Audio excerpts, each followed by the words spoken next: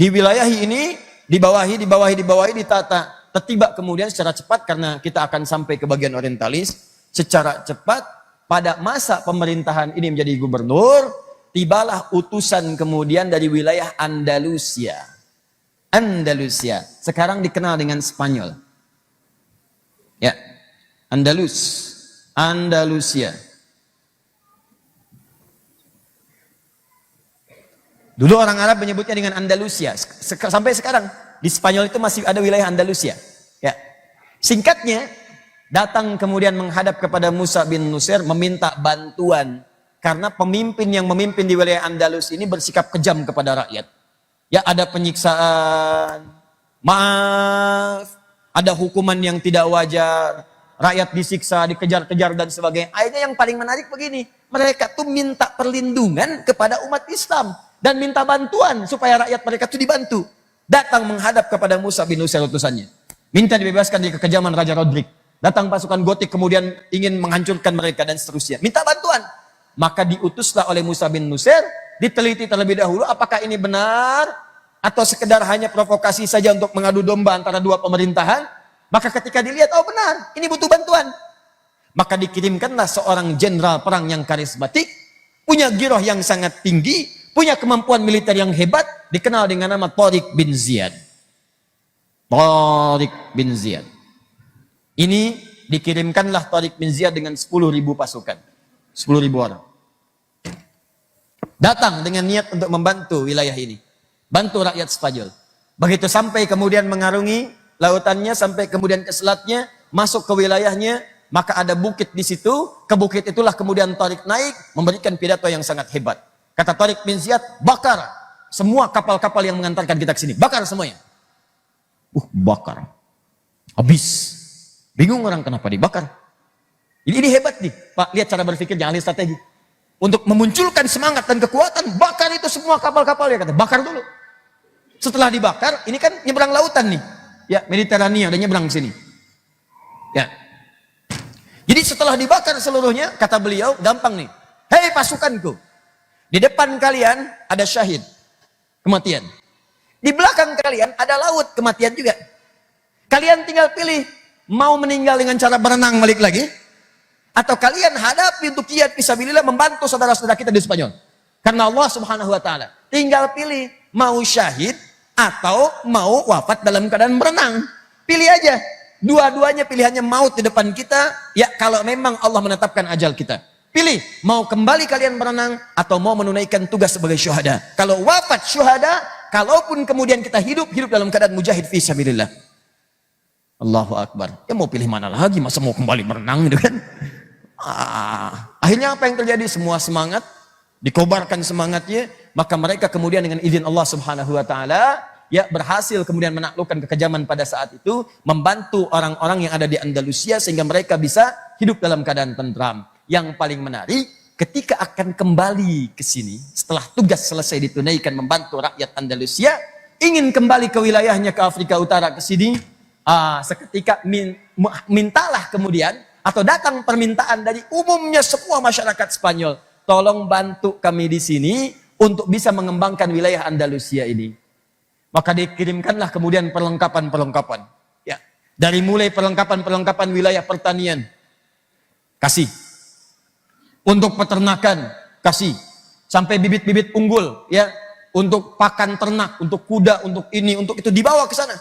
Sampai sekarang kalau antum lihat kuda yang paling bagus kan katanya kuda Spanyol. Itu dulu pakannya dibawa oleh orang Islam Tariq tuh. Ya saat Islam menaklukkan Persia, di Persia itu ada satu tumbuhan. Yang tumbuhan itu kalau di surah Abasa disebut dengan kodba. Sekarang diistilahkan dengan alfalfa. Itu tumbuh rambat. Itu tumbuhan itu kalau dijadikan pakan ternak, itu membuat ternak itu semakin kuat. Tampilannya bagus, kekar, kuat kan. Ya kalau nggak percaya, minta aja ditendang sama kudanya gitu. Itu tampilannya beda, kelihatan dari jauh juga. Kalau dinaikin pun lain kekuatannya. Nah itu dikasih, kuda Persia terkenal pada saat itu. Dibawa ke Arab, pakannya dibawa oleh Tariq sampai dengan ke Spanyol. Ya diberikan, nggak nanggung-nanggung tuh teknologinya dikirimkan. Ya kemudian pangan dikirimkan. Macam-macam dikirimkan. Sampai kudanya jadi kuda yang paling bagus. Teknologi dikirim jadi paling hebat. Akhirnya karena mereka melihat umat Islam ini punya kecenderungan membantu. Tidak ada sifat ingin menjajah. Tidak ada sifat ingin menyakiti. Tidak memaksakan dalam agamanya. Maka berbondong-bondong masuk Islam mereka. Begitu masuk Islam, minta menjadi bagian dari wilayah, minta bagian dari wilayah umat Islam, maka dikirimkanlah kemudian teman-teman sekalian, orang-orang terbaik untuk membimbing ini, termasuk setelah masuknya Abdurrahman Ad-Dakhil, masuk ke wilayah Spanyol ini, maka dibangkitkan kemudian kejayaan Islam di sana, termasuk dari segi teknologinya. Bangkit, jadi mercusuar. Secara singkat, Spanyol ini, Andalusia pada masa itu berubah menjadi mercusuar di wilayah Eropa, yang dahsyatnya dari segi ilmu pengetahuan. Ini maju. Penemuan banyak ditemukan. Ya, jadi banyak riset. Kerjakan ini, muncul itu. Teman-teman sekalian, ini jam nih, jam yang kita lihat sekarang. Itu yang pertama kali menginisiasi orang Islam. Orang Islam, bahkan munculnya dari jam burung asalnya. Ini dari pasir, ya pasirnya kemudian semakin berkurang menunjukkan kepada angka. Kalau sudah waktunya pas pada jamnya, misal jam 7 ya, maka burung-burungan itu bunyi. Kikuk, kikuk, kikuk, kikuk, kikuk, gitu kan? Nah, itu dia bunyi itu untuk menunjukkan masuk jam sekian. Ada. Itu teknologi Abbasiyah. Di Spanyol Andalusia ada juga. Yang pertama kali kemudian merekayasa prototipe pesawat terbang.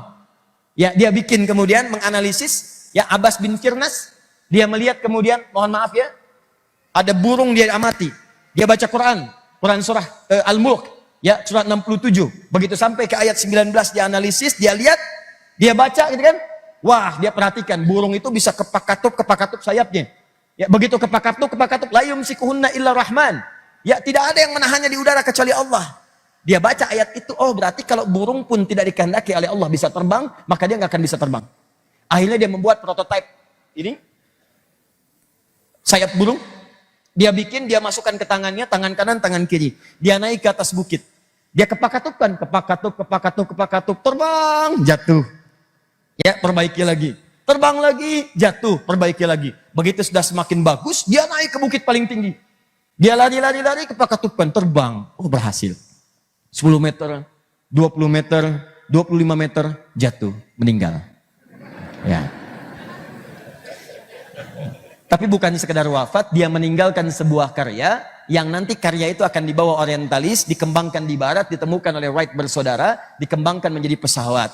Pesawat itulah yang kemudian banyak sekarang disebutkan di buku sejarah bahwa Wright bersaudara yang mendesain pesawat terbang. Padahal itu pun tidak sempurna. Begitu jadi kemudian, itu bagian sayapnya masih ada crack, ada retakan. Sehingga banyak ketika terbang pesawat di Eropa, meledak di udara. Meledak.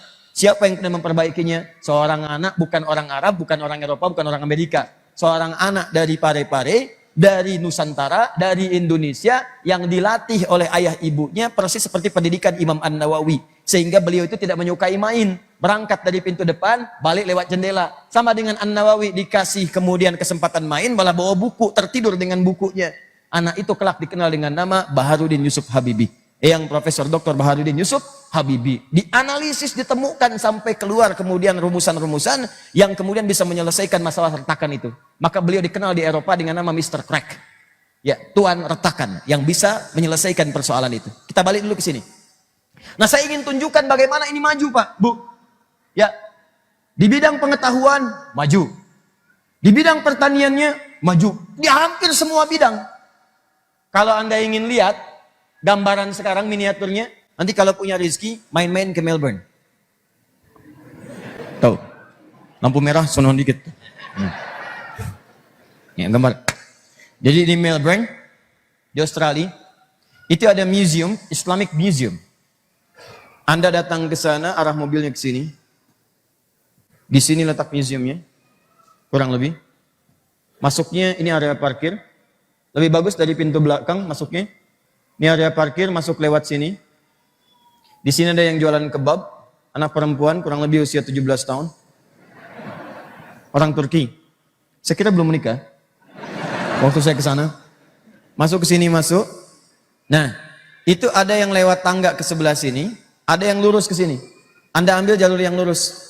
Gak usah naik tangga. Begitu Anda lurus ke sini, baru jalan kurang lebih 10 meter, di sini sudah ada miniatur kejayaan Islam di Andalusia.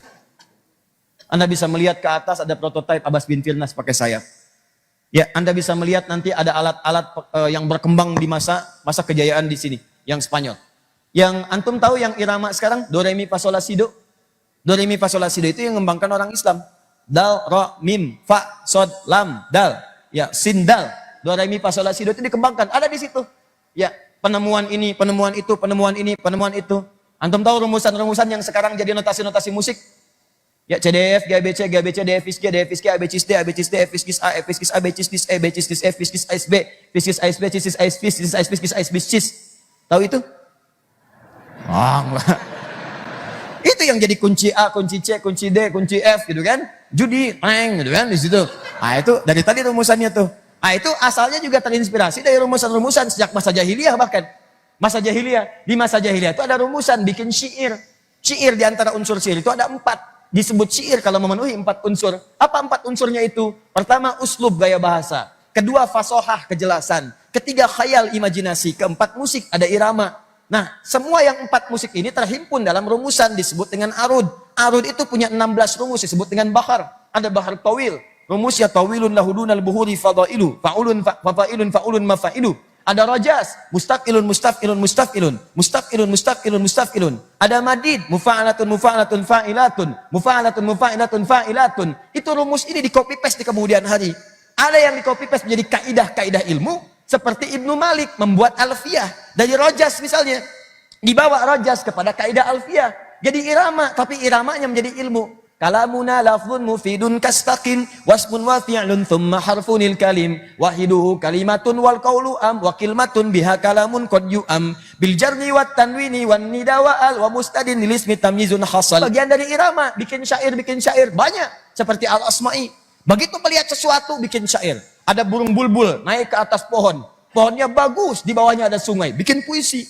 Sautus safiril bulbuli hayyaja qalbi thamili al-ma'u wa zahru ma'a ma'a zahri lahdhul muqali fa anta yasayyidali wa sayyidi wa maulali fakam tayammuni ghazailun uqayqali qatabtuhu min wadatin fi li hadha ar-rajuli faqala la la la faqad qada muharwili wal walad wali ya wailali faqultu la tuwalwili fabayyinu lu'ali qalat lahu hina kadha in hawadithul muqali kahatan kakailali tabuli. Tuh, ulangi. Nah, saya buka dulu dengan ini, nanti saya ingin jelaskan. Pasca ada kejadian di sini, nanti semua hasanah itu dibawa nanti kita jelaskan pelan-pelan. Sabar ya. Ini, jadi kan kalau dalam alur itu kadang naik turun supaya dilihat kemana arahnya. Nah ini kalau Anda ingin lihat khazanah semua ini, main ke sini, Anda akan lihat temukan banyak sekali di sini. Ya, termasuk kitab-kitab. Dalam bentuk di sini ada CD, ada juga 3D dan seterusnya. Balik ke sini.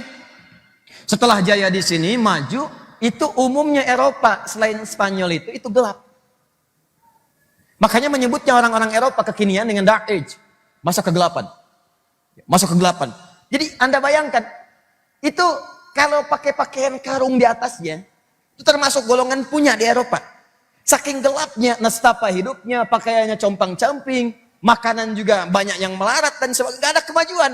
Begitu melihat kemudian orang-orang Islam di Spanyol, kemudian tiba-tiba maju, sejahtera, hebat, punya peradaban, maka mereka berbondong-bondong untuk belajar ke sana datang. Di Portugal dikirimkan utusan ke sana. Ya, di Spanyol sendiri, ya kalangan-kalangan dari masa pada saat itu, dari gereja-gereja menginstruksikan, ayo belajar, datang. Ada yang dari Italia, ada yang dari Portugal, ada yang dari macam-macam, belajar. Sampai banyak diterjemahkan ke dalam bahasa-bahasa Latin pada saat itu.